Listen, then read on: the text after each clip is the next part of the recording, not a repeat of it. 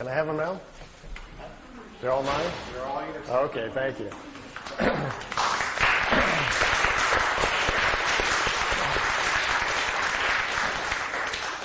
Well, it's nice to be back at Shift with all you fringe people. I kind of enjoy that. I never knew exactly what Shift stood for, so now that I know that it's fringe folks, I feel right at home. I got in, someone asked me a while ago how I got involved in UFOs and what was the interest, and I had to, my mind kind of jumped back real fast. I was standing on the Great Wall of China. So you can do a lot of things and find out a lot of information, and most importantly, you can communicate or send signals directly to creation, the creative source, which is an infinite number of spirit forms just like ourselves, who we all have evolved to the point where they know how to create and run universes, and you sometimes will get answers back. What's the importance of this? This enables you to find truth for yourself. The ultimate learning system. If you have questions about yourself or life and you know the proper symbols and can open the doorways, these things are available to you. Well, imagine Billy, after sitting in this seat, at 7 years old, all this comes back to him. All the language comes back to him so they can communicate with him. And then he steps outside of the craft and is sent back home. He's standing in a forest, 7 years old, out in Switzerland. Craft disappears. He goes back home. For the next few years, his education continues. They challenge him to remember things that have happened to him in his past and so forth, all about himself. So he has a very interesting childhood. Now, most of us, when we're 8, 9 years old, we're working on spelling between the lines and figuring out, 4 times 3 and so forth and doing our painting projects. Billy made it about through the 3rd grade. And at that point, one part of his mind was still learning math at the local school, and the other part of his mind is being crammed full of all these very high, sophisticated technical things that they want him to learn. As well as he can't sleep because at night the dream state is so serious with all the stuff that's flooding into his head that we have a very confused young boy here. So he didn't finish his education. Instead, he quit going to school. His parents weren't paying much attention, so Billy would leave the house in the morning, go out into the forest, be left alone, sit down in the forest by himself at 10 years old, go into his meditative state. The stuff would start flowing in. He got educated in the forest. Billy has not lived a life at all like the rest of us. He's never had a driver's license, never owned a car. He's really never even gone into town. He's been living out in the country his whole lifetime. Then at the age of 16, something very interesting kind of happened. On his 16th birthday, the voice he's used to hearing all the time, he thought would come in to wish him happy birthday, was getting very familiar with it. Instead, the voice changed, and it was another voice came into his head. It was a female voice that said she would take over his education, and now it was time to do some serious work. Let's leave home, the voice said. The voice told him to go to India and start studying, that they would direct him where to go. He was led out to India, to an ashram in Meiruli, India, where for the next 3 years he stayed in those areas and studied their philosophy, the different philosophies of man, went over into Tibet, crossed over there, studied with them, came back. During the 3 years, he had almost 100 contacts with these beings who started showing up in the disk, taking him aboard the crafts and moving him back and forth in time for his own education. When he was 19, he had to finally make the decision whether or not he wanted to go public, whether or not he would work with them to do this or not. Then they says, it's your decision. Now we're going to leave you alone for 11 years to get your life in order. You're a young man. Go get your wife. Go get your children started. Get your family started, and we'll be back. Well, he says, this isn't going to be real easy because I've already seen most of my life inside the craft. He says they have viewing screens that can show you the past or the future. He already knew who his wife was going to be. He already knew he was going to have 3 children. He already knew where he was going to live. He says, this isn't exactly fair. I feel like there's kind of a plan out there. I just have to kind of walk in the right steps. So he says, well, I guess I'll go to Greece where I'm supposed to go, and I'll be meeting my wife in about 14 days on the side of the road. And it happened, just like they told him. He met his Calliope. They were married on December 26th. He was 19, she was 17. They had to sneak across the border because she was underage. Made his way back into Switzerland where he went, and they had their children, and he settled down in the farm area where he was comfortable. At this point, let me show you some of the pictures and things that happened to him. I know some of you have seen many of the pictures before, but I can see on some faces you haven't. We'll go through those rather quickly and show you some because they're always kind of exciting to see some of the pictures. I've got the slide tray going, and I'm on a leash here. Maybe someone could help me start the slide projector. And I think we'll have to slide a little bit this way now, so we'll go by this gentleman. You got really come to it if you want to. All right, well, let's see what happens to us here if we can get an image going here. Do we have any control over lights here? All right, light control. And let's see if we get a nice image here or where we're at.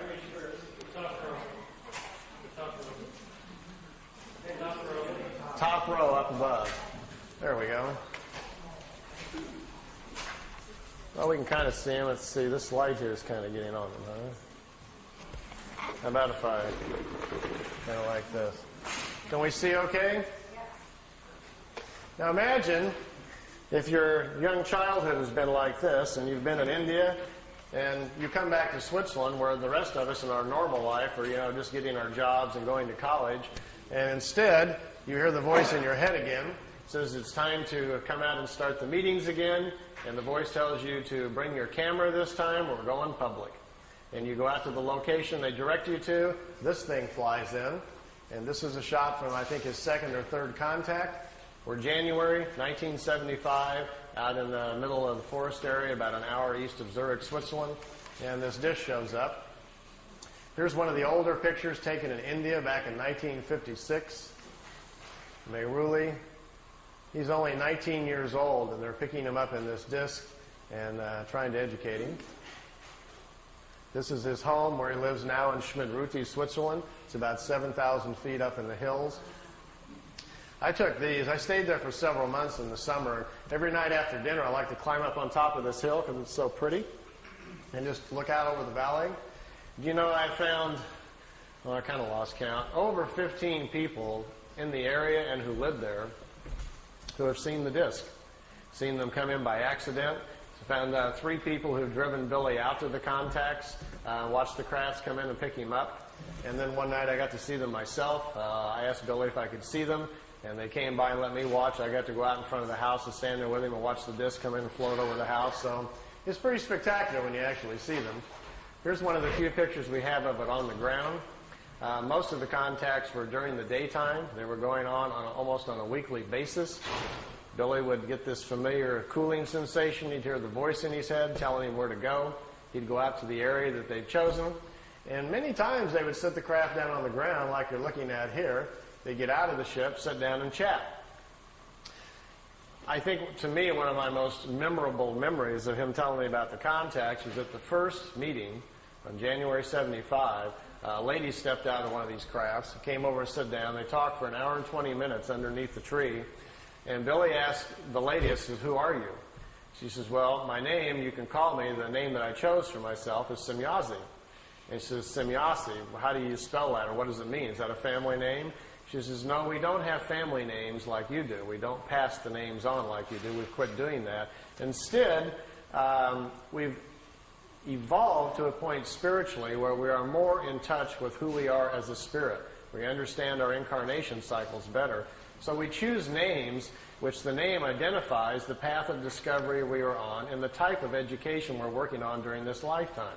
And in our language, the sound, Semyazi with a Z, means a woman with half the knowledge of nature. And that's her study. She's trying to solve more of the equations about nature in relationship to man. Well, Billy was trying to make his notes and was trying to make some, write it down phonetically how the name sounded to him. So he wrote it out, S-E-M-Y-A-S-E, Semyazi. So all of his notes, that's what he always called her, but that's how she called herself.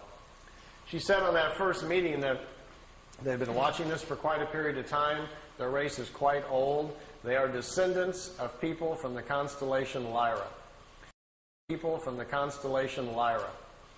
And in the constellation Lyra, they say, is the oldest known form or civilization of the human form that we are. They don't know how old it goes back. Their records only go 22 million years, passed down from society to society. In our Milky Way galaxy, originally it is believed that there were 44 million planets similar to Earth, where the human form naturally evolved there on its own.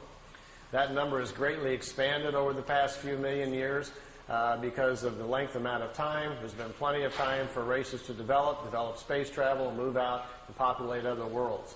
The ancient Lyrians from the constellation Lyra apparently did this a lot, populated thousands of different worlds, and because of their seeds, we have a large human population, they say, in our galaxy. The history of Earth goes something like this. The ancient Lyrians came here the first time back about 22 million years ago. None of them stayed here. There was human life developing here naturally at the time. They didn't return again for a long period of time. History really picks up about 386,000 years back. At that point when they returned, 144,207 Lyrians came here to hide out from wars that were going on in the constellation Lyra where they lived. You may have heard that number before. It is presumed to be the number of light workers which will restore the earth back to a spiritual path. Well, it apparently refers to these ancient Lyrians who came here to hide out. When they came here, after they'd been here for a short period of time, it was discovered that they were here. They came from the home planets, found them here, took their ships and their technology and stranded them on Earth, leaving them here so they couldn't return back to Lyra. In doing so, all of them lived their lifetimes out, passed over, and their spirits passed into the other side around Earth. They were stuck here. They say historically that's how the white genetic got to Earth. The original Earth humans were the brown skin race. The Lyrians brought the white skin race here. 2/3 of the white people on planet Earth are of Lyrian or Vegan descent. The other third of the white race they're not sure about. It comes from too many different areas. They can't figure it all out. The Asian genetic on Earth is the oldest in incarnation cycles. It's 5 to 7% older, they say, than the rest of the people here on the planet. From Sirius, we had a black race come approximately 20-some thousand years ago, a very highly developed one, brought that genetic here. We have a blue skin race that lives underground. They don't like sunlight. They have a slight blue tint to their skin. They have a large community under France, and there's a large city still in the Gobi Desert where they live. It's a very old race. It's been on Earth almost for 30,000 years. Every now and then, some of them are seen. They come out of the ground in India. Every now and then, you might even hear strange reports about these peculiar blonde, blue-eyed, blue-skinned people, which really stands out in India. So we have quite a mixture of people on our planet. If you ever wondered how we all wound up here, it's quite obvious we all didn't come out of the same monkey, if you want to follow that line of thinking. So we're moving closer and closer, perhaps, to understanding our heritage. And with some of the tool sets and things that we're learning about going inside and finding out more about our past lives, we're beginning to find out more and more that the Pleiadians are probably correct. We come from a variety of different places around our galaxy, and Earth then finds itself in a very unique situation of diverse people all trying to make it on one little planet. They said normally on a planet, when they find a new planet to look into, there is one race at about the same level of evolution and one color. That is the norm. But on our planet, we've had so much interference. We now have people a very wide range of age, a very wide range of spiritual age on Earth, which makes it difficult to get along. You have a lot of very old spirits who can't get along with the young, and vice versa. Our biggest problem, they say, is overpopulation. Imagine for a moment I handed out to all of you some glasses. Remember those 3D glasses in the 3D movies? Well, imagine that I gave you something that allowed you to see spiritual energy. Suddenly you didn't see physical bodies any longer. You just saw the individual spirit. And you could also see the creational energy that made up everything around us, including the planet. So I'll pass all those glasses out to you here for a second. And as you put them on, suddenly all you will see is these little glowing images of our spiritual energy. And if, let's say, we backed out into space so we could see the planet, we would notice that around the planet Earth there are several rings. The first ring forms after the planet cools, and the very first forms of low single-cell creatures begin to form on the planet. The first ring forms. These rings are the other sides for the different levels of spiritual life that's on the planet. They continue up to 7 rings for the different life forms. After the animal kingdom, the lower orders, the insects and so forth are formed, the highest order of life, which is us, comes into existence. We are the 7th ring around the planet at the top. And they explain this to Billy because something pretty interesting is going on. Normally, in that other side, there's a balance of people on the other side. If we are in balance and living our lives correctly, there are 2/3 more people on the other side there is in physical body. That's because at our age of evolution, the average turnaround time on the other side is 152 years. And if people are living 70 to 75 years, then they spend twice as much time on the other side in between lifetimes before they cycle back in and come back into physical life. Our problem right now, we have overpopulated the planet so badly that there are too many young spirits on the other side. See, what happens is, let's say there's 5 billion people here on Earth, which there is right now, over that, and tomorrow about 50 million women become pregnant. open up this window of opportunity for new spirits to come in.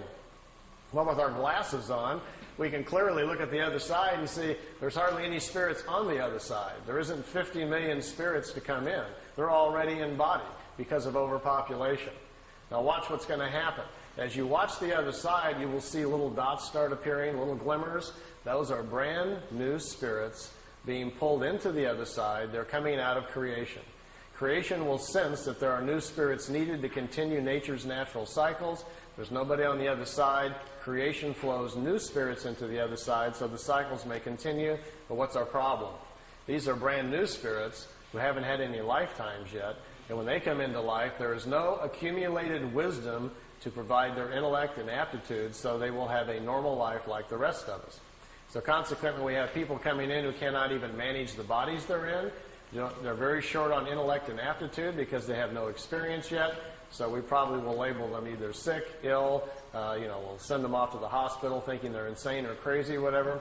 They'll have a very difficult time of it, probably die at a very young age.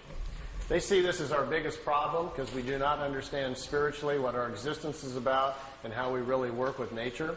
So we're ignoring that. We seem very bent on pushing ourselves or worshiping with religions and belief structures which take us away from the basics of nature.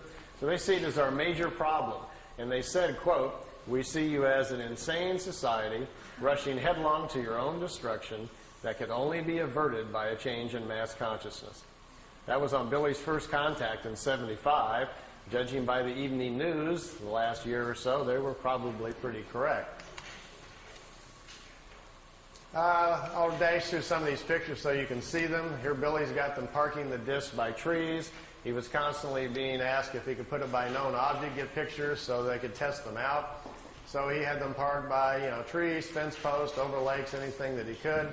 Here he had the craft overhead and he was recording the sound of the ship so that they could check out the sound to see if there was something about it they could figure out. Didn't turn out to be so. It's a terrible sound anyway. Notice this craft is slightly different, has these unusual edges on it. If any of you have any contacts, or tonight you're driving home after listening to all of this fringe information, and you hear a voice in your head and it says, "Look out your window," and you look out the side of the car and there's driving home after listening to all of this fringe information, and you hear a voice in your head and it says, "Look out your window," and you look out the side of the car and there's a white light following you, and the voice suggests that you stop the car and get out, and you find yourself slowing down and you pull the car over the side and the voice says, "Would you like to, they'd like to meet you. Please park your car and step out." In the craft, you notice the white ball of light is coming down on the ground about 100 yards away, and it's setting down. You quickly look around. Wow, you're all alone. There's nobody out here. Should you be doing this? So you feel a little ripple go through your body. They're scanning you very quickly to see what you're like emotionally, if you're stable, if you're afraid, if you're, as they put it, tipping over in your mind. If you are, which you might be getting just a little excited because it's actually happening, they will send you another feeling to calm you down and let you know all about them, that they're friendly, that this is going to be a good experience, and suddenly you'll find yourself with all sorts of courage and so forth. Find yourself parking the car, actually getting out of the car going, "Can't believe I'm doing this." I'm actually walking out and meeting the spaceship. Craft sets down on the ground, lights go out, somebody walks out of the craft and walks towards you. As you get closer, you feel this ripple go through your body again. They're calming you down. What do we do when we meet somebody? We generally ram out our hand and shake hands, don't we? And then we shake and we get a feel of that other person, and then we check them out physically, look at their eyes and so forth. And we size each other up very quickly to see whether or not we're going to be comfortable with them, and we make a quick snap judgment about whether or not we like this person, and et cetera, et cetera. Well, they don't do that with a handshake. They do it mentally. And that last ripple they'll send through you is kind of their hello. You will know all about them. You will feel them emotionally, and they will make you feel comfortable, so there's no need for the handshake. The time they get up close, they may suggest something like, "If you're not in a big hurry to get home tonight, if you'd like to go for a ride on the craft, we can take you aboard the craft. We'll take you anywhere you want to go in the universe. We'll explain all the mysteries to you. You can sit in our little education seat like Billy did, ask any questions you want, and they will be answered. All we ask to be allowed to listen to your thinking. We're fascinated by your thought processes. If we can listen to your thoughts, then we'd be glad to take you for a ride for 2 or 3 weeks." Now, if you agree to that, which most of you probably would, after asking them if they could block out a few thoughts that you don't want them to listen to, They say, come on aboard. You find yourself going aboard the craft. Notice if it happens to be a ship like this with the unusual edges on it. This is their more advanced ship, and it's capable of moving in time. The older ones can't do that. So your questions this way can be a lot more complicated. You might want to go back in time and watch the pyramids being built, or see if Moses really parted the Red Sea, or did the crucifixion really happen, or whatever historically might interest you. You could possibly ask these questions, and perhaps they would take you back and let you see for yourself. Well, they'd probably take you out there for 3 weeks. You'd have all these magnificent experiences. You could go to other planets, see other worlds, see other societies. Maybe even go back in time and watch yourself being born, or visit yourself when you were alive 300 years ago. You can do some rather amazing things if they would let you do them. Then they bring you back.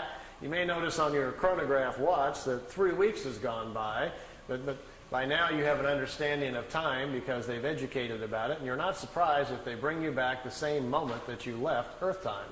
And you get out of the ship and walk back over to your car, and your car engine's still warm, no time has passed on Earth, and you've been gone for 3 weeks. Now you get in your car and drive home. What's the first thing you're going to do?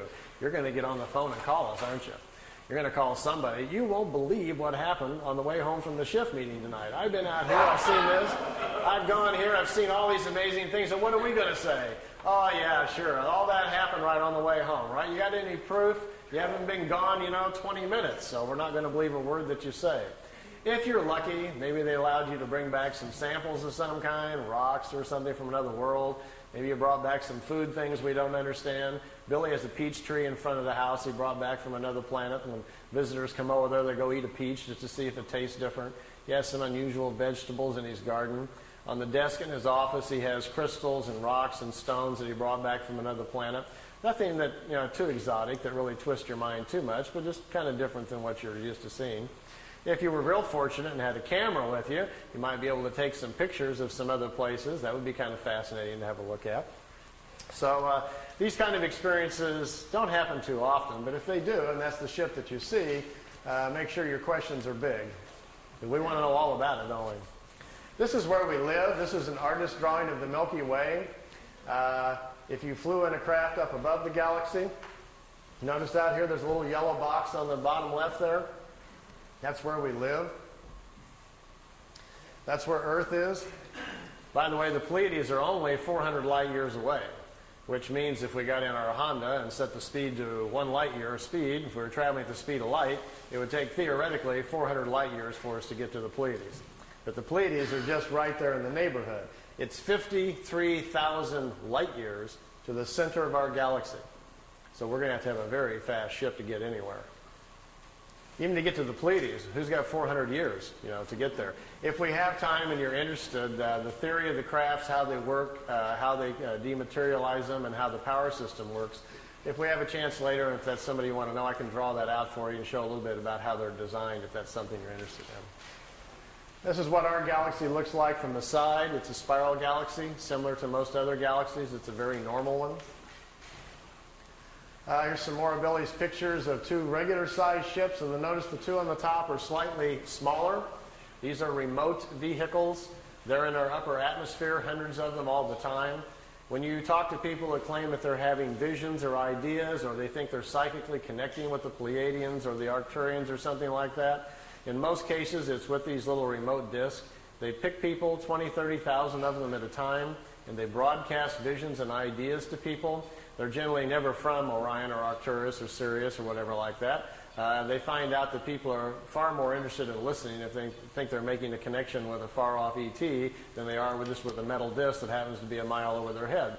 So understanding our mental capacities, these little remote discs fly around the planet quite oftenly, sending out their ideas and visions you pick up in sleep and listening to your thought patterns. They're intrigued with our thinking, they say, because they've discovered that the average person on Earth can live 75 years and spiritually only grow 6 or 7 months. They look at us as a spiritually dormant planet, that our lack of understanding about nature and how things really go make us more of a study than anything else. We are so misled, they say, by all of our belief structures and things that exist on our world. The time we survive through our kindergarten grades, our schooling, and our early years with our parents who mislead us, not on purpose, but they do because it's how they were taught. By the time we get to be 10 years old, there's so much stuff in our head that we can hardly get life straight. Well, you all know how that works. You can't wait to get out of the house and go out, and what happens? By the time you're 30, you run off and go to an S meeting or something to figure out what's wrong with you. Then you maybe go to a psychiatrist, or you come to a fringe meeting like this, searching for answers. We're all trying to figure it out, aren't we? And usually about the time you get to about 40 or so, you kind of getting a handle on everything and figuring life out. By the time you're 50, you got it nailed, but then, you know, you're going downhill, and gee, you wish you'd have known all this when you were 18. So our problem is we just need to live a lot longer, don't we? If you did have a craft at your disposal and they picked you up, you might want to go visit some of the other planets. Here, Billy took a picture out the window. Right here is the top of a disk right in front of him, and there's another one up here. There was 3 craft. They took him to Venus, let him take a few pictures. They took him up to Mars, let him see that. They took him up to Jupiter, let him see the red spot, and brought him back. It took 2 hours and 35 minutes for the trip. Here's another picture out the window. This is a blow-up. When the pictures were being taken back, and most of these were shot in 75 and 76, by the way. The pictures, the agencies, the CIA, and most of the intelligence community were very fascinated by this when it was going on. This is actually a computer blow-up. It's a process picture. It's been digitized back in the 70s by a CIA office in Zurich, Switzerland. They were trying to understand the propulsion systems or learn something about them from these things. And this was one of the pictures they chose. Billy really didn't get that close to the ship. It's just been enlarged and filled in. But it makes a very dramatic-looking picture. For those of you who might be slightly scientifically oriented, let me give you a crash course. See this bar right here? This is a very important factor in what makes this ship work. This craft basically doesn't produce what we would call anti-gravity. All matter is comprised of atoms. Follow me on this. It has electrons and protons. We have electrons spinning around a nucleus, right? So the concept is that anywhere you would go in our atmosphere or in the universe, anywhere you go, there are atoms or subatomic particles that have electrons. Well, as long as you've got electrons around, one of these things will work. This device actually is designed so it will swim within electrons. That's what it's doing. Here's what happens. Down at the bottom, right here in the center, we have a reactor for power. We have a rod that goes up to the center. And up here at the top, we shoot a charge, a very positive charge. And right above, where this rim is right here, the whole top of this ship, the surface area of the craft, a positive charge is shot out. And what it does, it charges the electrons that are flowing around the top of the craft, and it makes a vacuum right over the top of the craft. That's what causes it to lift up off the ground. Because down in the bottom, out in this area down here, the charge is all different. There's a negative charge put out by the reactor down here. There are 3 capacitors on the bottom, 120 degrees apart. When the capacitors fire, a negative charge goes out the bottom, but the capacitors do not work if the craft is too close to the ground. The planet itself grounds out the charge of the capacitors. So they have to lift it off the ground before they can have the capacitors charged up. So that's the purpose of the vacuum at the top. And this right across here is an interesting kind of metal which separates the positive charge from the negative charge, because the surface of the craft is highly charged by this intense field that's going on. So you have to separate the two. We have the charge at the top, slowly lifts the disc up off the ground. It gets up about 12 feet. The capacitors down at the bottom, there are 3 of them. They're in a triangle form down at the bottom, charged up. As soon as they kick in, the flow of electrons then moves down the side of the ship, gets out to the edge, and electrons have a very peculiar nature. They will not turn a corner. And when electrons get out to the edge of the right out here, they accumulate. And this accumulation, as soon as the charge gets high enough and they accumulate to a certain point, a field goes all the way around the craft, and that's what you see glowing at night if you see a disk. When the field gets up to a certain frequency, voila, we've got propulsion. The ship is then isolated within its own gravitational or magnetic field, and at that point, basically, the bottom of the ship is chasing the top of the ship, which is in a vacuum. And you've got a way to move a craft around. Now, if you accelerate that with a tremendous energy force they have within the reactors inside, which, by the way, are no bigger than the size of a football, it's an implosion system with no radioactivity. You can put your hand on it while they work. They're very small. That creates a strong enough energy field that you can move around anywhere you want to go. So if you're thinking of building one, by the way, the more of the science stuff, how to create the charge, the voltage that you need, and the other things are on a website I put on the web. If any of you are interested in that, I'll give you the address later on. You can dial in and read the whole thing, and perhaps you can build one or something. If you do, bring it to the next shift meeting, and we'll all go for a ride. You know. This is building some landing tracks. You can see them down here, the 3 landing tracks where the craft sit on the ground. It's kind of reminiscent of crop circles, isn't it? Here Billy's got his tripod out in the foreground, and the crafts are off in the background. Here we've got a regular sized ship and 2 little ones again. Those little remotes. This is a different kind of craft. It doesn't sit down on the ground. It floats. The bottom of the crafts are flat. Burns the ground up pretty good though. There's one at night. It wasn't a solid craft. It was just more of an energy field. Billy took several pictures of it. We have about 20 witnesses that also took pictures of this. It changed shape. Small objects came out of the large one, flew around the house. Billy tried to communicate with it, but communication wasn't possible. Later he was told that he had been paid a visit by a group of life forms, if you want to call it, from another world that do not exist in solid form. There are many kinds of life in various shapes and forms, and some of them are non-physical. And the non-physical ones can move their essence or their energy field or whatever you want to call it to where they want to go. They get together in groups and kind of like jump to different places that they want to go to. Kind of like biolocating, I guess we might call it. And what you're looking at here is a picture then of a life form that exists in a non-physical form that biolocated to Earth for whatever reason, perhaps just curious about Billy. These are the last photo sessions taken in 1981. Billy's got them pretty trained by now to park by trees, as you can see, and known objects. He calls it the Italian wedding cake.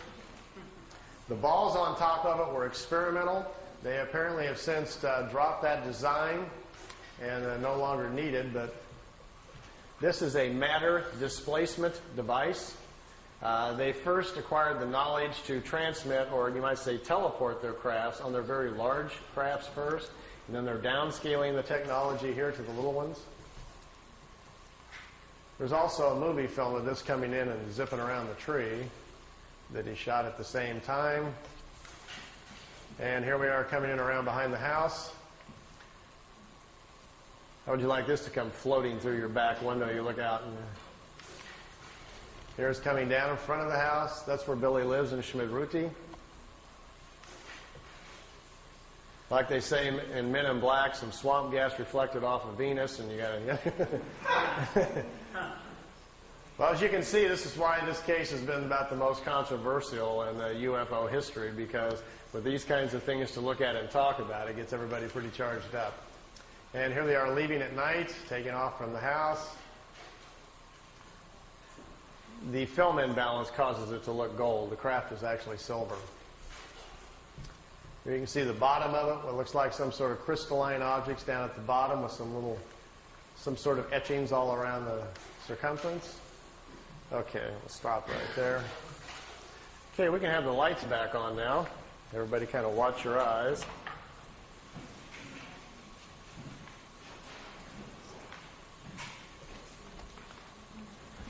We're back. Meier's contacts went on till 78, ended in October 78. The time I got there, they were pretty much all over. But I didn't go there really to see the ships. My own personal interest really was what we might be able to learn from these folks. You know, it's not going to be that far, probably in the too distant future, maybe sometime within the next 50 years, they are going to land on the White House lawn, or somebody's going to. And we're going to have open commerce with life forms from other places. We are going to meet the family man in the universe sometime. It's going to happen sometime in the future, probably when, after we've gone through some changes and grown up a little bit and got more responsible as a planet, somebody will probably decide, okay, it's time perhaps to make connection with us. These Pleiadians, anyway, say they're not quite ready to do that and think we're really several hundred years away from that before they are interested in any kind of open commerce. And I asked Billy, I said, do that and think we're really several hundred years away from that before they are interested in any kind of open commerce. And I asked Billy, I says, why is that? He says, well, evolution comes into play here. They're a lot older than we are. They're still physical. They still have children like we do. They still have to eat, but not very much. They only sleep perhaps an hour or two out of each 24-day cycle. They don't eat prepared meals any longer. They've extended their lifespan now up to about 1,000 years. So they're living in a much different kind of society, as well as the main difference, he says, is their mental. He says talking to them is like interrupting a monk in the middle of meditation or something. And then you find out the monk has an IQ of 1,000. You don't even know what to say to this person. They're tremendously intellectual. They know what you're thinking before you even hardly get your thoughts together. They are tremendously insightful about our emotions. And they look at us almost, not unkindly so, but almost more like in a lab experiment. Like we might look at, some ants or a horse or something. There's a vast difference between us intellectually and mostly morally. He says they've evolved to a point on their world where they live a lot different than we do. There's this very small population there. There's only around 400 million people on the world. We have 5.5 billion people here. If you've traveled around the world very much at all, this is a pretty crowded place. The planet itself looks like there's nobody on it when you fly up in the air a little bit. But then you go to our cities and we're all just standing on top of each other, aren't we? You'd think we would spread out a little bit and share the space, but of course that's not good for zoning laws or making money, so I guess we won't do that for a period of time. They have no major cities on their planet because, for one, they don't have economics like we do. They don't have government quite like we do either. They have more of kind of a wisdom system where they find the smartest people in certain areas and put them in charge of certain things. What a concept. Perhaps if we did that. Yeah. Remember 2 or 3 weeks ago when they were trying to get us to go bomb Iraq again and there were all the signboards were out in front of the White House? Somebody was holding up a sign which really summed it all up for me. It said, "Smart bombs, stupid leaders." And I said, that is the sign of our times right now. They're on the media trying to convince us to go over there and bomb a bunch of people and kill them again, And most of these people that are going to die, we're not at war with these people. They're scrapping for a living over there trying to feed their children. So that's where we are at as a country. We have smart bombs but stupid leaders. So we obviously have to make a few changes there. On their planet, for instance, if you have a Department of Agriculture, we would all get together and find our 10 smartest people about agriculture, and we would put them over here in a building, call it Smart Guys About Agriculture, and we would ask them questions.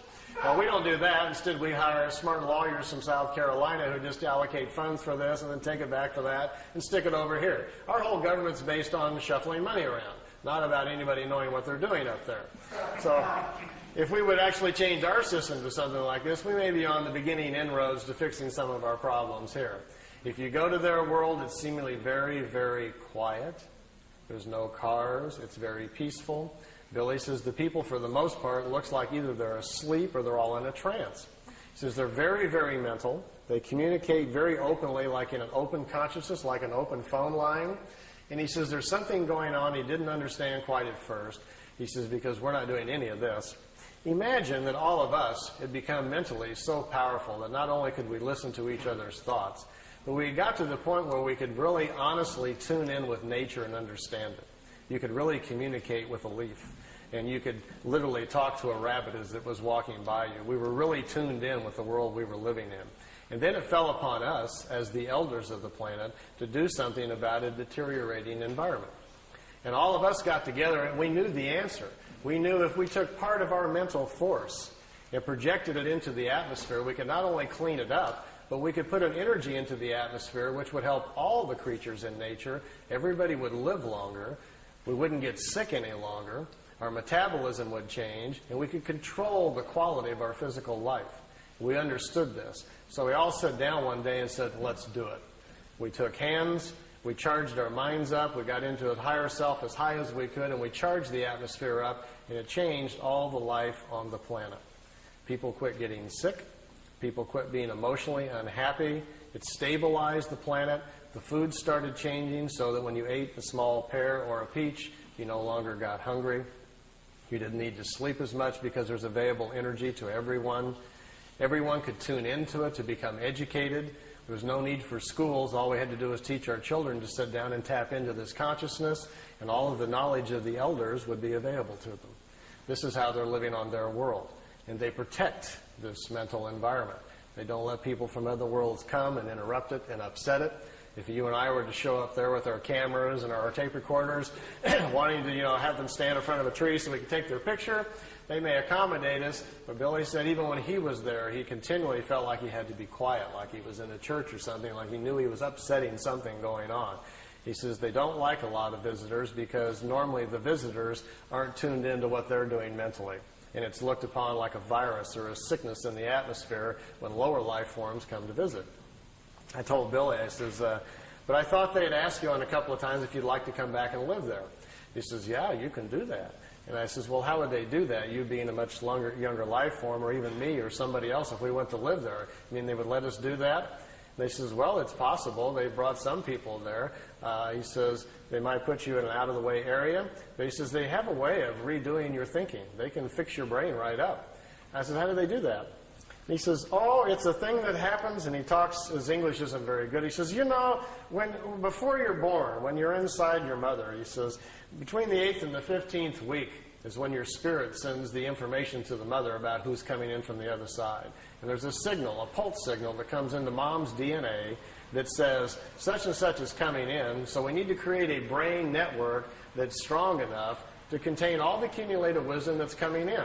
Now, once the brain is formed with mom's DNA and this new signal that comes in, he says, as the body begins to form, after about the 4th month, he says, when there is commitment, when the spirit is ready to come in and it looks like we've got to go here, we're going to have a full pregnancy, he says, then something happens in the acids in the brain. He says, there's a copy of all of your accumulated wisdom from all of the lifetimes goes into the brain and the acids in the brain. And that's what kickstarts, so to speak, your consciousness, creates your thoughts. That's why one child is so different than another when they come in. You got one that's screaming, wild, yelling, throwing fits. The other one's very quiet and smiling, just wants to watch television. This is what sets up your personality and your character traits when you come in. It's that initial download of your personality as you're flowing forward from lifetime to lifetime. It's your operating system that's coming into play. He says if you were to go to a Pleiadian world, they can transplant the acids in your brain and change you overnight. He says you even get choices, almost like designer choices. What would you like to be like? They can take the acids from other people's minds and so forth and put them into your brain, and it only takes about 24 hours, and you are changed. You are, for the most part, it's high-speed injected learning. But he says the trade-off is you're no longer exactly you, because who we are as a personality and as a character is a large reflection of what we know, how we think, and how we act. And all that's going to change very, very quickly overnight. So you would have to be willing to put up with that. You're going to go through some dramatic shifts in personality, as well as your intellect is going to dash forward very quickly. So usually what they do is they kind of like pick out the style that you need. If you're a scientific person, lean that way. If you're a more nature person, whatever it is you might be leaning towards, they can give you these kind of injections, so to speak, slowly over a period of a few weeks and very gently change you into a different person. You get up to their speed mentally. And the nice part, he says, is as soon as you pass over and finish that lifetime, it carries forward. That wisdom carries forward. That wisdom carries forward into your spiritual self. They'll teach you how to do it. Then your next lifetime, it sticks. So you've, in effect, kind of taken a shortcut in the evolutionary cycles and skipped a few lifetimes down the road. So there are potential shortcuts. It is quite possible to do that. I think what I'll do here, I've got some movie film, too, of the crafts flying around, and then I want to do a little drawing and go over some of the mind and spirit things we've learned from them about how levels of consciousness and thinking and so forth. I didn't get to do any of these things the last time I was here, so I thought that might be kind of entertaining tonight. But before we get to that part, any questions you'd like to ask about ships, Pleiadians, landings, anything else? Anybody got a question about anything you want? I'm open to ideas. Hi. Hi. What kind of contact have you heard is still happening, say, in the last year and a half or so? And are you still in contact very much with them? Well, I was around like 86 or 90. All these pictures were taken 75 through 78. The last photo session you saw, that last ship was in 81. After that, he has had a few sporadic contacts, but not much of anything. In 80, when I was over there, Billy told me they weren't coming by anymore. He was not having any more contacts. He would have what he called social calls, where every now and then he would feel them in his head, or they'd talk to him in his head. You might see the disc over the house for a few seconds. They would just kind of check in on him. But the organized, ongoing contacts for his education and our benefit were all over. They weren't going to do that any longer. They'd stopped doing that part. While I was there, I did get to see ships a couple of times. In the last 2 or 3 years, the people that live there at the house with Billy say that he's had a couple of more contacts, and they've been written down in notes. I've read them. Frankly, I don't believe them. I don't think they're written by Billy, for one thing. I think people around the house who have more of a vested interest financially are trying to proliferate the contacts. Billy, no one's met Billy. You wouldn't know if he wrote it or he had not. No one would know unless you understood him and his personality and what he's really like. A sad situation has kind of fallen in over in Switzerland. We have a group of 24 people who own the rights to Billy now. They have since 1984. It's an organization called the FIGU. I was a member for 3 years. The FIGU is in charge of all of the information. Billy doesn't read the mail or do anything anymore. He's just not that healthy. They have got into a situation where they have discovered they can make money by selling the information. And now it's $10,000 for a franchise fee if you want to start a FIGU study group, and $680 a year for members to pay dues to mail over to Switzerland. And when they found out they could get into that and money started coming in, things have shifted. So we have a situation where the human element has come into play, and we don't have this warm, cozy little spiritual environment over in Switzerland any longer that used to be there 10, 15 years ago. So it's become kind of a machine now. It almost seriously borders, I hate to use the word cult, but they've gotten so closed-minded about things that it's going that direction. They're no longer open to other people's interpretations. They're mad at everybody, and it isn't a real healthy situation any longer. I kind of gave up communicating a couple of years ago. All I was doing was getting into arguments with people. Either they're mad that I don't come over anymore, or they're mad I wrote a book, or they're mad I'm doing this or that. And it's not why I went there to begin with. I was just a traveler on the road, stopping for my own personal experience and education, much like you go to the pyramids or the Great Wall. You go to benefit yourself and to learn and keep moving on. And they were mad at me for stopping in and moving on. I resigned from the group in 1990. I wasn't mad at anybody. I just didn't want to be part of this group attitude any longer. I started getting nasty phone calls just because I would talk to other people and they didn't want me doing this or that. And I said, this is getting really out of hand. I said, I'm not a follower type, quite plainly. I'm a road traveler. I'm a troubadour, if nothing else, or a vagabond. So you got the wrong guy to try to control and put the screws on. So then they sent me like a 5-page contract to sign that I wouldn't talk to anybody and only do what they told me and blah, blah, blah. And I just kind of chuckled and laughed. That was this last-ditch effort of a desperate group. So I made a nice videotape, sit down in the living room, thanked him very much for the experience, but resigned from the group, and thanked Billy for the experience, and I haven't been back over there since. So I'm just still going down another road, still looking for things. Anything else you want to chat about? I did at Billy's, and they were in such an unusual way that it sounds pretty strange. I can't do it on my own. When I was young, my mom was part of what was called the National ESP Board in the 60s. We had a guy named Harold Sherman, Little Rock, Arkansas, was teaching the government what ESP was. My mom was one of those 5 people they brought in that was clairvoyant, and underneath it all was the government trying to see if we had these unique people who could see what the Russians were doing or whatever, My mom could see what was going to happen tomorrow. She couldn't see beyond that, like short-range, clairvoyant type. And because she could do things and was very into it, at an early age, my mom taught me all about the crystals and floating things and where the different areas of your mind are. So I knew a few things when I got there. And Billy recognized that right away. And when he did, he says, how much do you know? And he sat down, we began to talk, and I found out he knew a lot more than I did.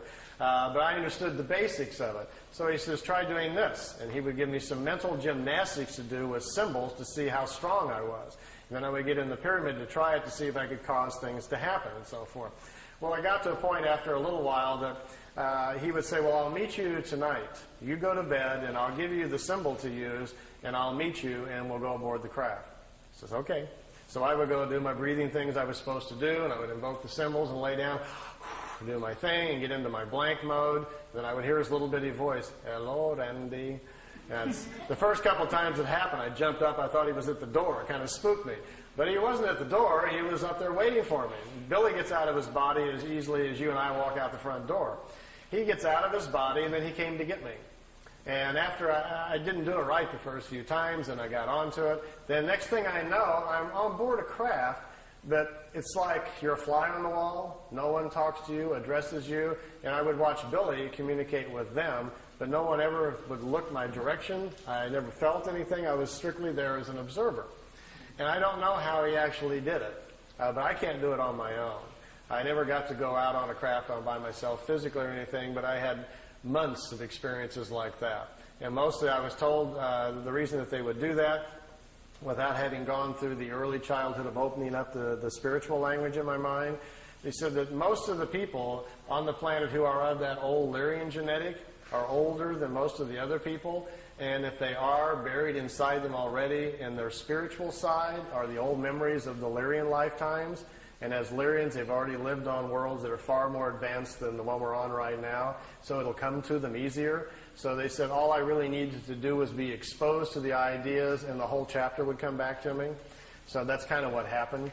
And with me, Billy would just give me a few things and kind of grin and says, "You got it?" And I'd say, "Yeah." He says, "Go outside and figure it out." I'd go sit down and think about what he talked about, and I could walk back in and explain it to him for 3 hours. Stuff just started coming back very fast. So he says, "We don't need to teach you as much as we just need to wake you up. And once you're awoken, then you can go do whatever you want to with it." So that's the kind of context I have. Yeah? Well, when you talk about Lyrian entity or other cultures or whatever, aliens, if reincarnation is a fact, I mean, you can't tell the Lyrian, I mean, what do you call them, Lyrian. by walking down the street, because their bodies are not going to be all in one. Right. We're all mixed up. No license plates, anything there. No, we can't really.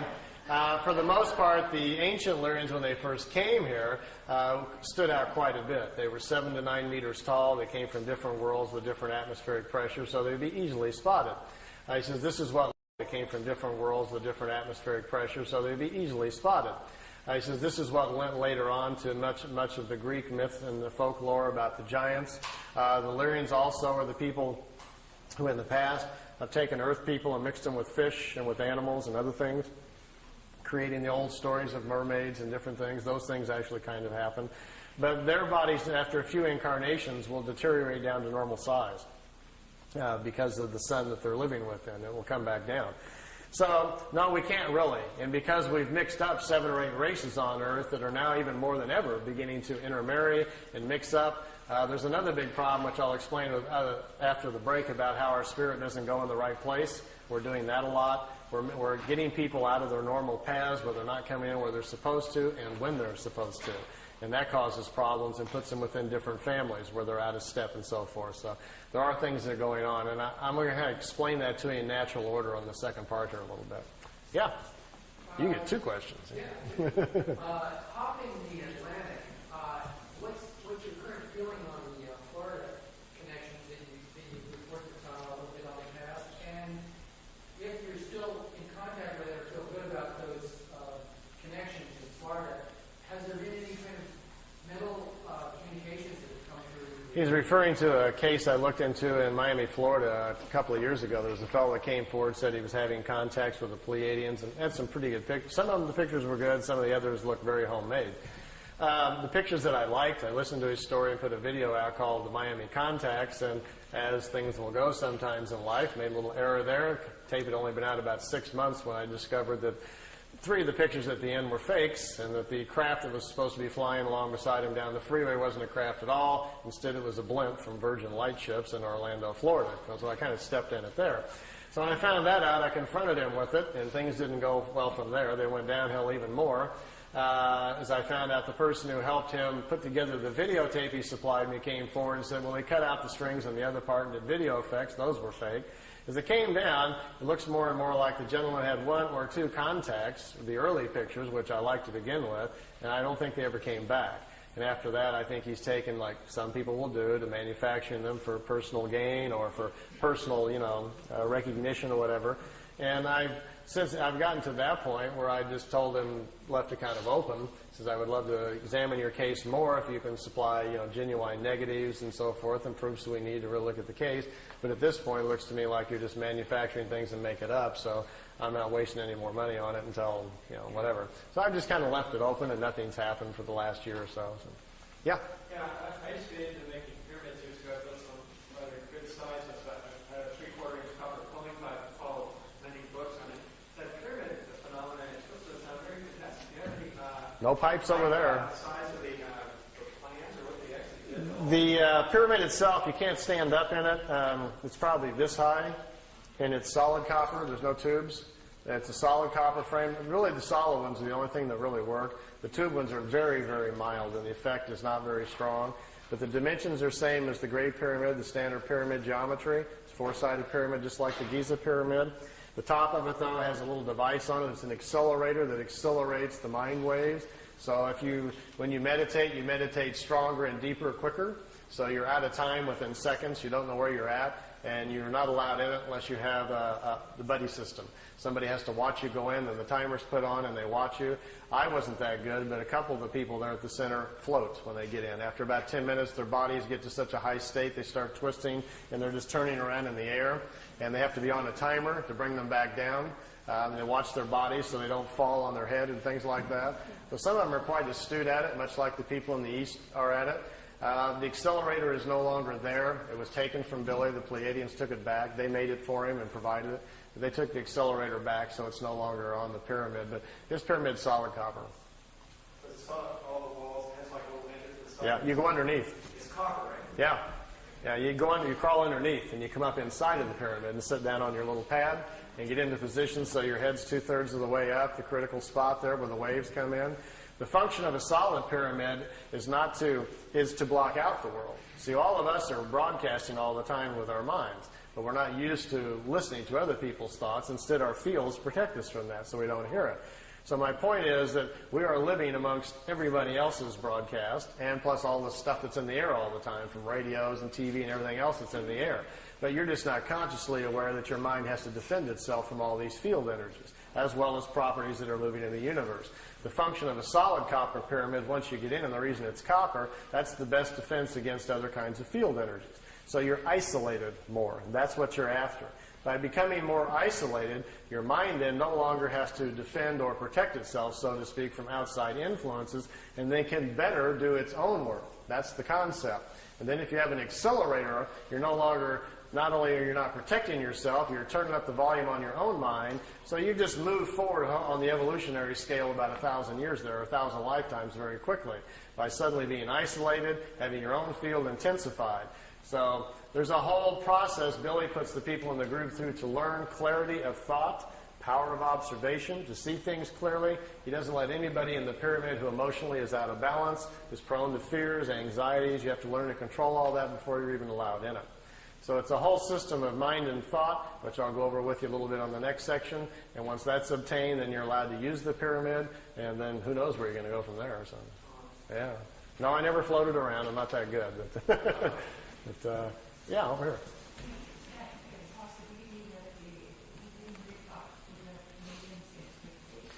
They said that they were, after the third year, they told him that expectations were 32%. That's about where it was at. The contacts were stopped because Billy's health was failing rapidly from trying to control the group around him, which was getting very out of control. Once the people around him learned what was going on, it settled in on them, the levity of what was happening. This concept of being special set in on too many of them, where they thought they were better than everybody else and they'd been handpicked somehow for the planet. And that thinking got carried away and the group just got very out of control. And at that point, we stop at this point. It no longer serves our interest. So to them, in many ways, and they told Billy throughout the 3 years, that much of this is a test to see how people will respond with open contact with us. We'll have physical contact with you. The people that live around you, we will not have physical contact with, but they will be made to know it's for real. We want to examine what happens to the human condition when it tips over, when reality steps in and takes over your current thinking. And most of the people at the center did not do very well. The original people all became, like, as Billy calls them, pit vipers. All snapping at each other, jealousy, infighting, arguing. Suddenly everybody hated each other, fighting over money, who's sleeping with who, and it became a real nightmare. So Billy was like, stop, stop, stop. This is becoming a madhouse, and then at that point they stopped it. It went a lot longer than expected. Let me show you something. See these tapes? This is Billy's whole 3 years of meetings. There's stacks of paper this high, all of his notes. I took them and put them all on audio tape. This is the whole 3 years of his meetings. and they're in chronological order. As you listen to the tapes, it will tell you, even after about the third or fourth meeting, already they were considering stopping because they could see that it was too fragile for people. It says, we can only take this so far. So they decided to kind of test it out. And all along, all throughout the contacts, they were always very concerned about that. In almost every meeting, they would discuss someone living at the house, how they were thinking. This person is dreaming incorrectly, becoming very fearful. This person is becoming overwhelmed with their... Every meeting, they would discuss someone living at the house, how they were thinking. This person is dreaming incorrectly, becoming very fearful. This person is becoming overwhelmed with their ego, and they're starting to get jealous. This person is trying to make the other one look bad. They were studying everybody's human condition. And so to them, it became kind of like a laboratory thing, and Billy was kind of like sitting in the middle. He's got all these 10, 15 people in the house behind him that are going berserko, and then he's trying to keep his cool and get them to keep coming back. I think 4 or 5 times on there, he's literally almost on his knees. Please come back. I want more education. Let's continue. And they kept saying, like, that's enough. It's time to stop. And at the end, the last contact in October 78, they put him under what they called a probation for a year. If everybody could get themselves together and calm down, they would start them again. But it got worse. Instead, people just went nuts around the house, and Billy says no more, so they didn't come back anymore. Yeah. Those 3 volumes that Wendell Stevens put out, Literate translations, how complete or accurate? Wendell Stevens was the original investigator on the case. That's how I found out about it. The notes, Billy's notes, the 1,800 pages of all of his typewritten notes, Wendell has a set and I have a set. And Wendell made the messages from the Pleiades books out of those. Wendell didn't change anything. What Wendell did was leave things out that he didn't think people were really ready to hear, and mostly that was pretty much all the spiritual stuff. Wendell's not comfortable with that. You must remember that Wendell's more of a nuts and bolts, chase the UFO picture kind of guy. So it was his decision just to leave a lot of that out of the books. But from what I've read in him, Wendell didn't make any effort, neither did I, to try to change anything, and we just figured let the marbles fall wherever they do. My book, The Pleiadian Mission, is a little different. I actually went to Switzerland because Wendell and Lee wouldn't give me all the notes. And so when I was traveling on my next trip, I said, I'll just go to Switzerland and get them myself. So when I did, I was interested in all the stuff that wasn't in the Messages books. Of course, the Messages books weren't all out yet at that point. So what's in mine is pretty much, most of the book is 67%, 60 to 70%, mostly the spiritual stuff, which is what I was particularly interested in. The book isn't about the UFO case. It's about the Pleiadians, how they live, why they came here, all about Earth, our history, what a creation is, what a universe is, all about the incarnation and the cycles and everything. These were the things, the questions that I had, and that's predominantly what's in my book. So your book is your book a summary then? Yeah, in my words. Yeah. And I think in some ways, not to put Wendell's down at all. I'm a big Wendell fan. I love the guy. But my book is probably more accurate at the things I talk about than his because Wendell wasn't interested in a lot of those things. Wendell felt obligated to put it out, but didn't care that too much about it. And there's a lot of places in Billy's notes where things are not explained well, and they just didn't get it right. And then later on they fixed it, and Wendell didn't know about that. So Wendell didn't take the effort really to look into things that much because he wasn't that interested in it. Of course, reading translations are an exercise in masochism. I've got one set of them. I used to make sets of them every now and then for study groups. People, the whole pile of them. Yeah, they were translated by a German student who didn't speak English. So he got a dictionary and transliterated it, just word for word without fixing the grammar. So it's as you read it, after you read the first few pages, that you're about getting a headache trying to figure out where the adjectives are. Why isn't the adjective over here? And we don't speak that way. But then you get used to it. You get a flow after a while, and you kind of look at sentence by sentence, and then you start, reading them a little bit better.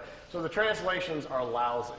The first 3 books of the 18 books I had translated in beautiful English. I paid $2,500 a book to a translator. I was going to do the whole 18 and then put them out on the market.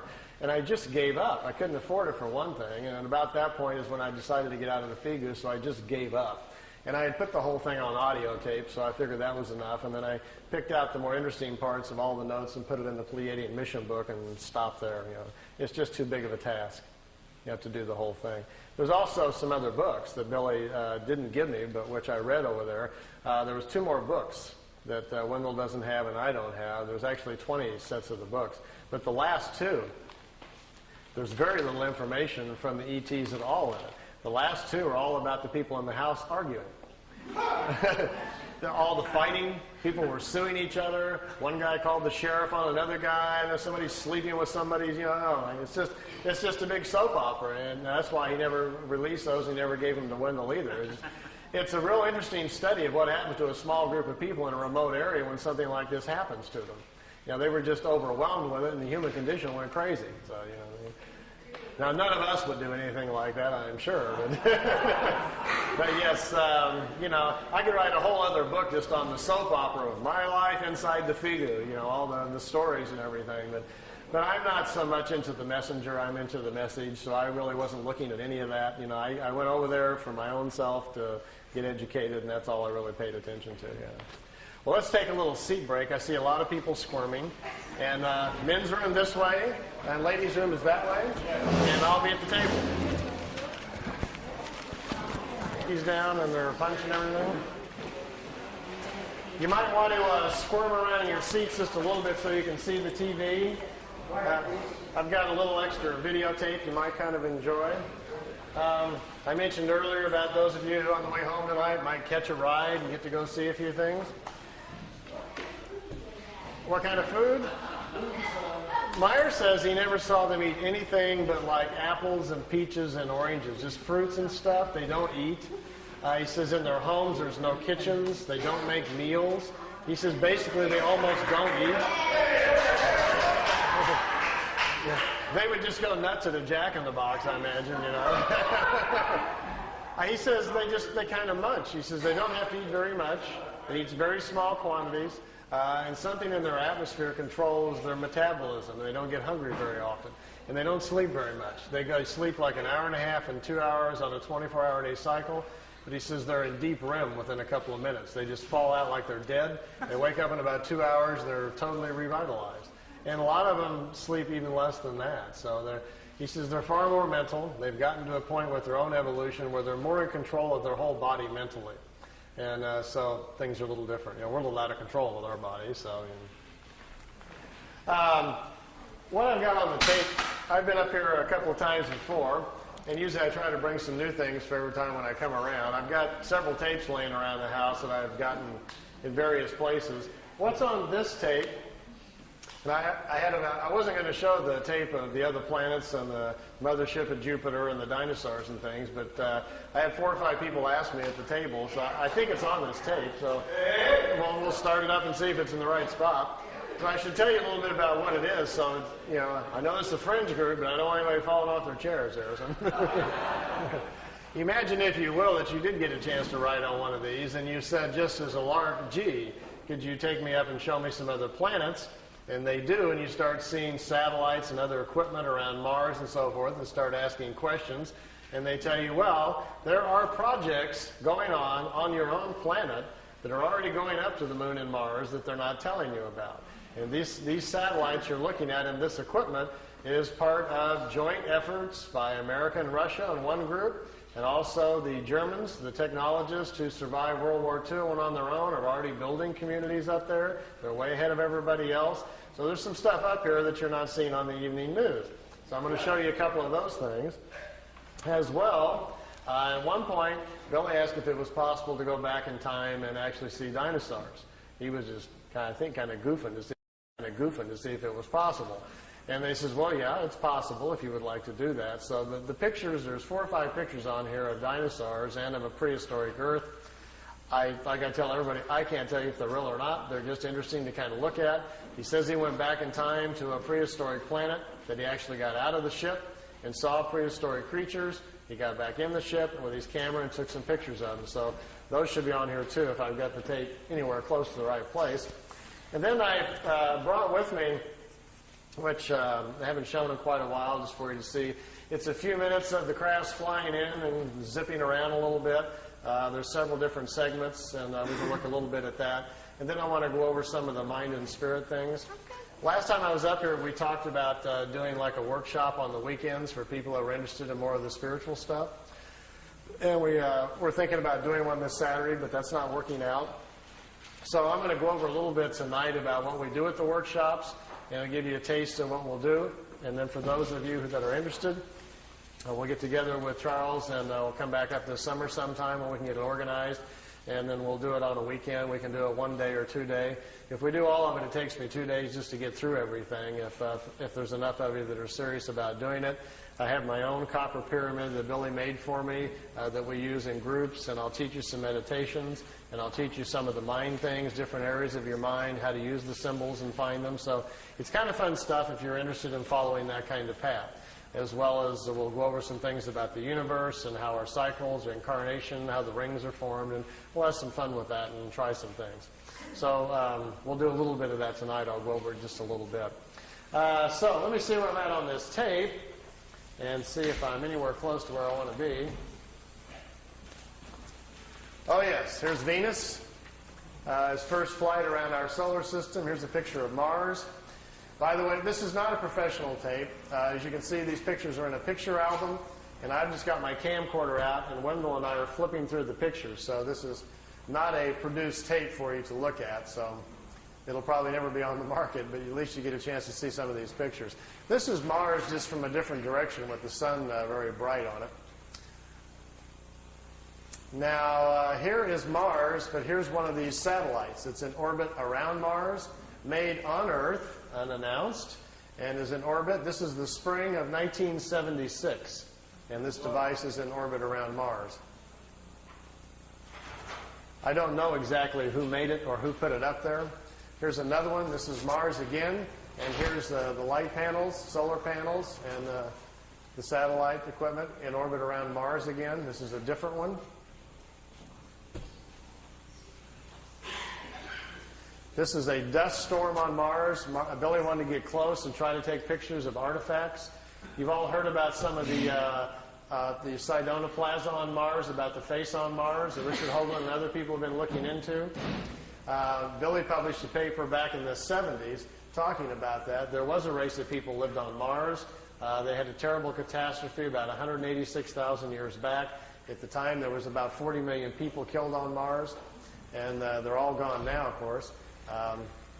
So there were societies there, and we will find quite a few remains of their civilization once we get up there. Here he's on board one of their large motherships. This is the side or the edge of a saucer that was parked inside as he was walking by it. Here's Jupiter. Here's the mothership in orbit. They're flying into it to go aboard.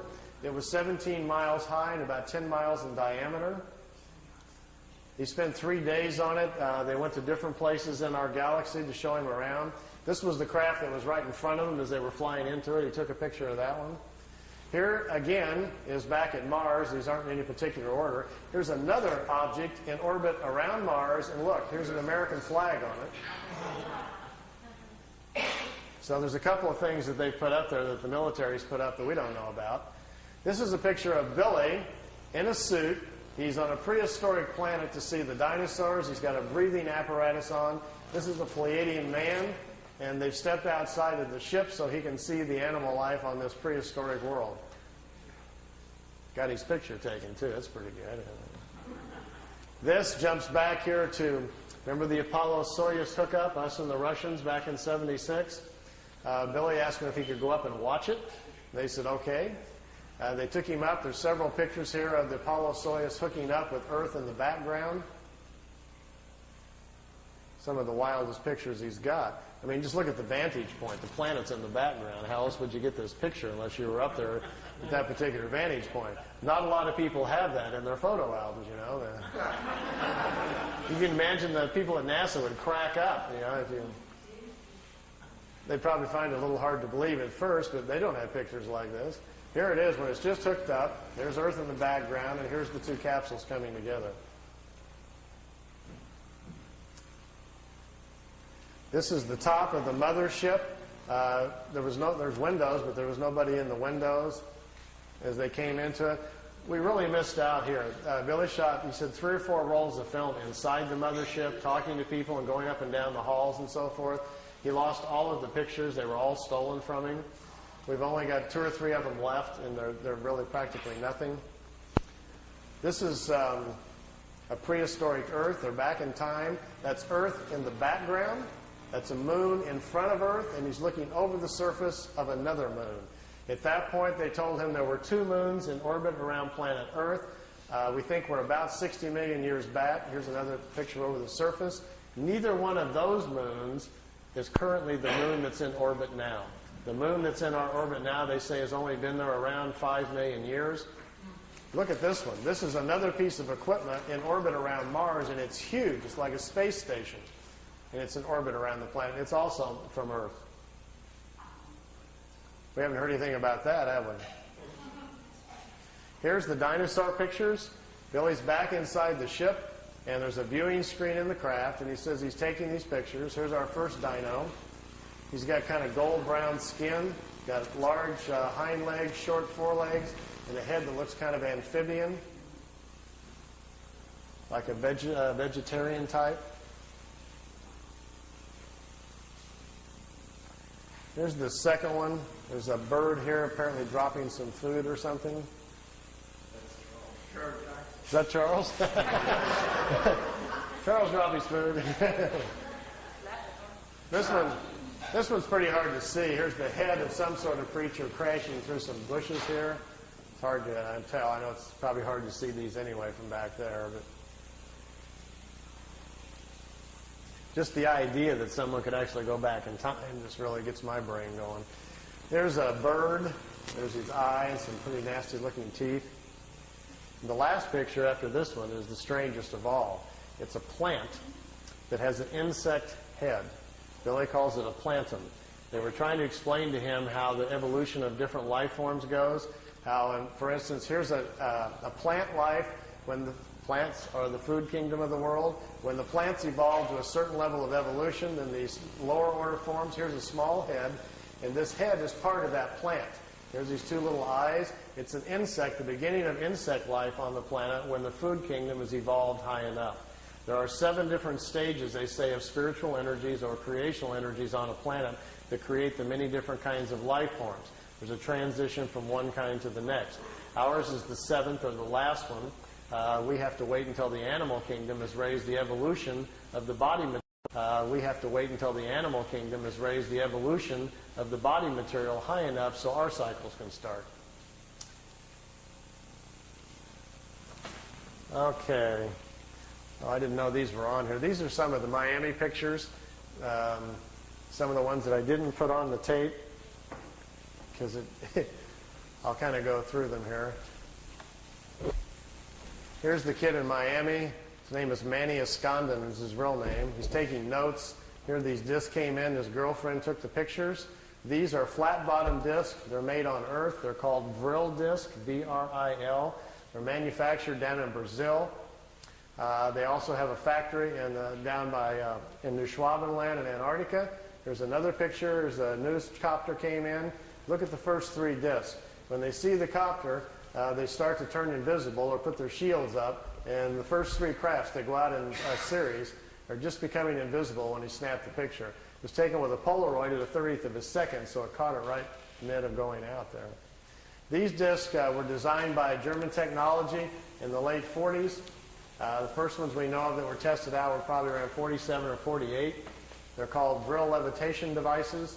As you can see, they actually fly quite well. Notice the nice V formation. Being typical earthbound Air Force pilots, they're still flying in formation. We understand this technology a little bit because intelligence has shot down some of their ships, learned how they're doing it. And when you hear rumors about how the Americans are building flying discs, what we're doing is playing catch-up to the German technology that's been around since the 40s. Their technology has accelerated tremendously. They make 2 different types of levitation devices. That's what we're doing out at Area 51. We manufacture the devices in San Diego. They're put together by General Electric. We test them at Area 51. Here's the German disc parked down on the ground at a facility down in Brazil. Here's 4 guys standing next to it down there. There's a whole row of them. He couldn't count how many were down there. He had his Polaroid with him and grabbed a few short shots there. Over here's 2 guys here on a craft coming in. You can see the two guys standing here. And down here at the bottom, which I know isn't clear, is one of these old bell-shaped crafts. Many of you are probably not familiar, but there was a fellow named George Adamski back in 1962 who claimed to be having contacts with people from Venus. This was the craft he was taking pictures of. George's contacts were real, but he wasn't having contacts with anybody from Venus. The blonde-haired ladies that were inside the craft were actually from Brazil. That's where the crafts were flying out of. They've been making them down there since about 1947. They find it very convenient if they make contact or land somewhere to tell people they're extraterrestrials, and we're very open to it. If they tell them, hi, we're part of a German intelligence group from Brazil, people would freak out. I got my camcorder and I've got my micro lens on here, getting as close as I can to this picture. It's a very, very small Polaroid picture that's about that big, and it got wet in the rain. He left it in the windowsill, so I've ironed it and put it on paper so we didn't lose it. And I'm copying it with my macro. Here's the whole picture. Over here is one of the old bell-shaped discs. Here's one in the air. Notice the platforms they're sitting on. There's a guy standing here. There's a guy over here just coming out of this disc. I'm trying to get real close to the bottom of it here so we can see what they're like. This is an area, if you look on a map, I've got a little videotape over there if you're interested in learning more about this information, called Space Cities. I've narrowed it down to about within a 200-mile range where this facility is at and what they're doing down there. Here's the guy standing there. The discs sit down on the platforms. Remember earlier I was telling you about how the condensers charge out the bottom to have to charge the field up? If you get too close to the Earth, the charge dissipates because it's grounded. These metal platforms, they sit them down on the platforms, then they can keep the ship charged up. And if they need to take back off right away, they can. They don't have to wait for the ship to charge back up. The platforms charge them up for them, so they can lift right back off. If they would set it down without the platform on the tripod legs, they've got to go through the process again of charging the capacitors up, which takes 3 to 4 minutes. So if they're in a hurry to get away, they're in big trouble. These old bell-shaped discs actually have 3 Mercedes-Benz truck engines in them, driving the magnetic field. This was their first design that they made. This was the first ones that the Germans built. These craft here were under consideration, and they were working on them in the end of World War II. When you hear about Hitler's secret weapon at the World War II, if you go back and look at the newspapers, that's what he was talking about. They were in hopes they would get these things up and working, and they would still have a chance then to win the war. Fortunately for all of us, they did not, or we'd all be speaking German today. Interesting side effect, too, once they finally did get them up and working, they made lousy war weapons because the field around them prevents you from dropping bombs or anything out of them. It ignites the bombs. So it took them a while. They don't even have weapons on them for a while, and then they had to come up with other kinds of devices.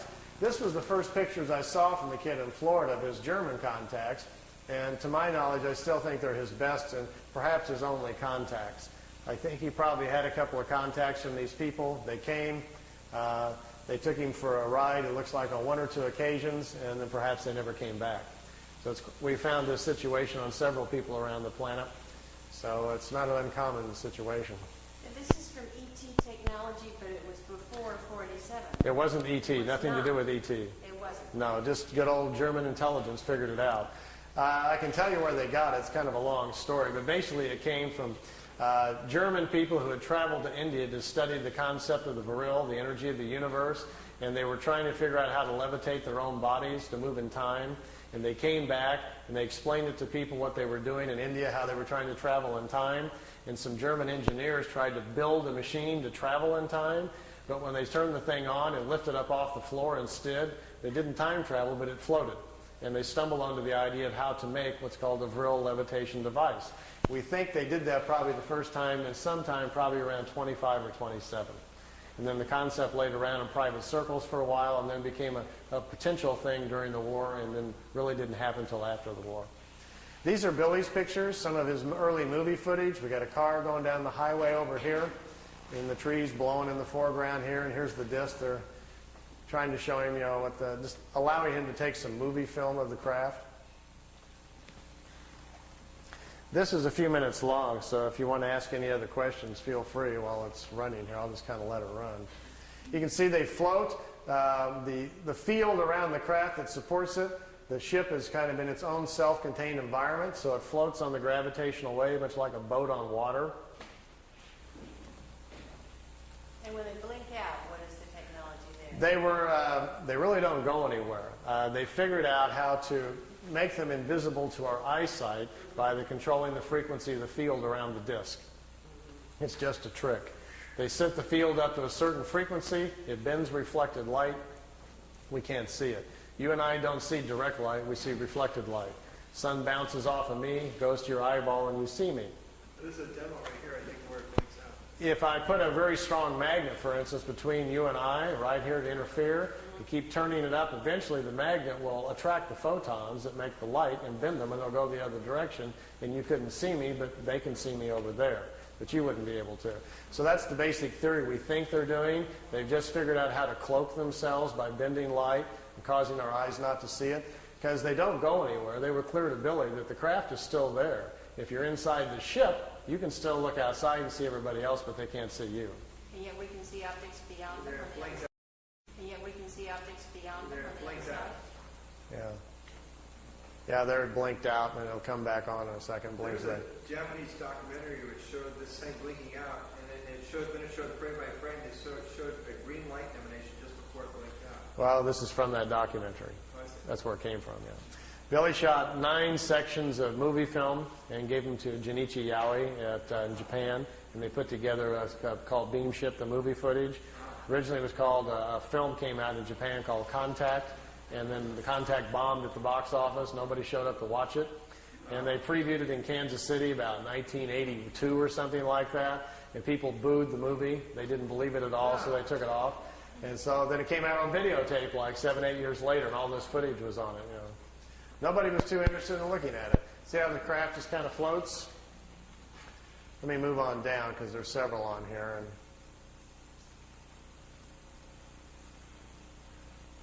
Billy's not really zooming in. He doesn't have a zoom. That's the Japanese cameraman excited. What you're looking at is Billy was in his living room showing this footage on his own movie projector, and the Japanese came over with their video camera in the living room sitting next to him, and they're taping off of his screen. So that's where we get this. Here's another section we're flying in. I'll kind of fast forward through some of these because I think it's kind of long. So, and how many ships can you look at, huh? This one's kind of cute because he's walking out in front of his camera, and he's trying to get them to perform some maneuvers, do something sensational for the camera, and they don't understand what he's talking about. And he will eventually get bored and just quit. You know. Then there's the craft sitting out there floating out in the background.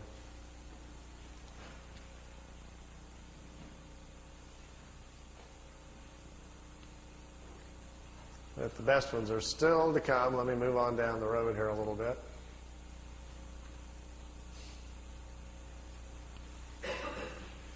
The ones that are made by the Germans or by anyone else on this planet, how far can they go?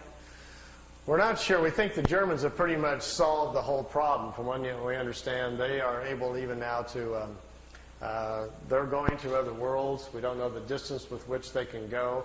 We don't know for sure whether or not they figured out how to be interdimensional or not. The ones that we're building are very beginning stages things where the crafts are still taking off with rockets. They get up in the air, they turn the drive on, and then the craft then operates from there. They're not taking off and landing with the drive units. We're a little behind in the technology here. Here's 3 of them out there floating around.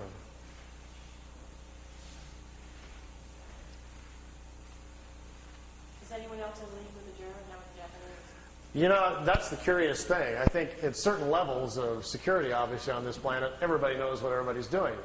So it's at some point up there in higher levels, everybody knows what the Germans are doing, what the Americans are doing. We don't know. We're the last ones to learn about it. But I tend to think that the Germans have probably, I like this one, that races across and then wobbles.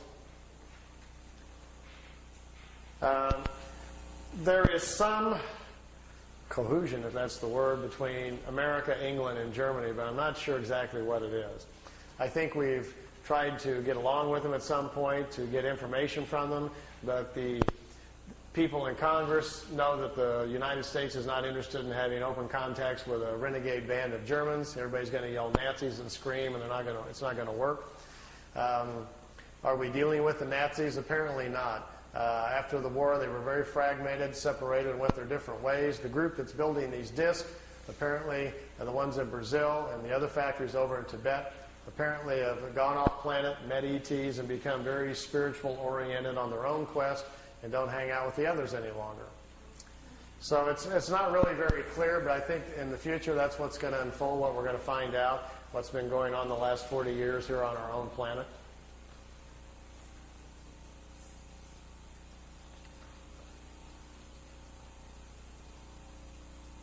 Notice when they go to the right or left, they have to tip it up, and then it kind of staggers to the right, staggers to the left, like an old Star Trek episode or something. That's because out the bottom, we're pretty sure the field comes out the bottom and has to push the craft, so it kind of slides to the left in an awkward manner. They're not really designed for slow speeds or idling, you know. So they can go really fast against the... They're not very good at slow speeds. But this thing about traveling beyond light speed to convert it into like spiritual thought energy? Lights, please. One more thought on that, and then we'll kind of get off the engineering here. You obviously can't go that fast. We already know there's something called the mass speed correlation theory, where we cannot accelerate any matter beyond a certain point and it implodes upon itself. That we already know. So even if I had a ship here today, we all got aboard for the price of admission tonight, we're going for a ride. We went out and got in the ship and got inside of it and punched the button to say, go to, where do you want to go? Let's go to the Pleiades and say hi to the folks. Well, we couldn't fly there in the ship. It would take, even if we had the speed of light, and we'd be going 400 years to get there, so we don't have that much time. So they have obviously come up with some methods to move the craft much faster. I've had a couple of talks with independent engineers that are designing things, for JPL and NASA and what their theories about it, just to see if they were thinking along the same lines at all. I says, how are you ever going to accelerate anything that fast? He says, well, you're not. What you're going to have to do is make it interdimensional. You're going to have to change it from a physical form to a non-physical form so it can move at the speed of subatomic particles. And when we do that, we're not sure what's going to happen. That's kind of what they're doing. They dematerialize the craft. It's converted into a non-material state that contains its own map or programming. And then when it's in a non-material state, it's no longer in reality, in the three-dimensional world. And once it's not there, it steps out into what scientists generally call hyperspace, which is another reality where material matter doesn't exist. And there, time is different. A single second in the timeless is equal to millions of years in reality. So you can benefit from that, like stepping into the fast lane. And then, if you have correctly included your mapping and parameters within your non-material state on where to go, you can zip up and down the universe then in hyperspace in a non-material form, going wherever you want, and the clock is standing still. They said the idea of folding space isn't real. It's a clever thought, but that's not really how you do it. Space is not being bent or folded. You're just changing your own essence to do this. So then you go to where you want to go, and the real trick is to be able to put yourself back together and stay within the same time frame. Because here's the clue. Once the craft is in a non-material state in this hyperspace, if the particles that you are now existing in slow down, you come back in time. You'll re-enter in the past. If you accelerate the particles relative to the speed at which they started with, you move forward in time. And think about this. If a single second is equal to millions of years in reality, it would take very little of a change for you to slip off millions of years. Get lost real good. They said that the universe is literally full of beginning time travelers learning these concepts. That these secrets are very closely guarded because to understand them also begins to unlock the matrix of the universe and gives you access to knowledges which is very, very dangerous. So they don't teach anybody this stuff. They say they guard it very closely. It's too dangerous. They being ETs. Yeah. It's not healthy to learn, and they say until people earn their own responsibility with it. Okay, I got a little drawing board here. That's great.